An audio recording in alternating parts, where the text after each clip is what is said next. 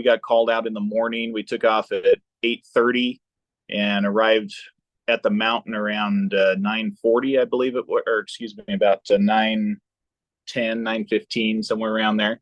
And we were able to locate Josh within 5 minutes or less. Well, that's spectacular. How were you able to locate him so easily? Was it what he was wearing? Was it technology? Take me through that part. Sure. Well, we had a couple of possible locations, camp locations that had been used before, and we had those put in on the GPS. And then a little bit of it is just intuition. We decided to start at the top of the mountain and do a corkscrew survey coming down. And on the way up, we found tracks that were very obviously human and fresh in the snow.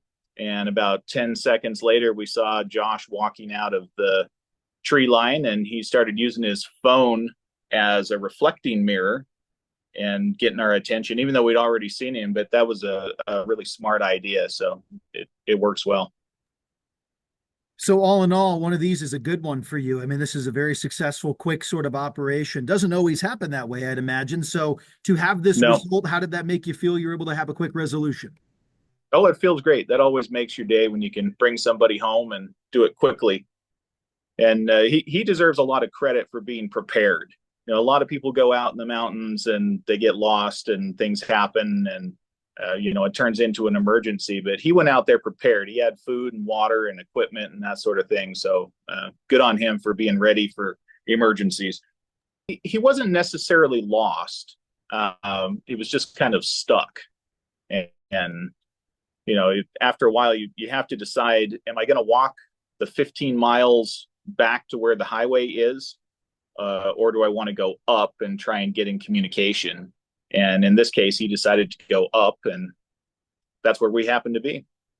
Any injuries, or was he in pretty good spirits? No. Hey, perfect spirits, no injuries, and good shape. So number one, make sure that people know where you're going. It's always a good idea to travel at least in pairs, but if you're going to go out by yourself, invest in a GPS location device, like a Garmin InReach or something along those lines. They're not very expensive. They don't cost a lot to have an account. If people have one of those, it's a whole lot easier to find them because they can send their emergency message and we'll have their GPS location right there in the message. We can come right to you. Another option is they're a little bit more expensive, but you can purchase an ELT, an emergency locator transmitter like aircraft have. You can purchase a personal version of that for a few $100s. And that is also a direct to satellite emergency beacon that works all over the world. So you can take that with you if you travel to other countries. Now, in terms of where we are, obviously the seasons have shifted. You've got snow, in the mountains and such. And is this a time of year where you ramp up certain sort of specialty operations in conjunction with the sheriff's office? Other things a little bit more common this time of year, I'd imagine?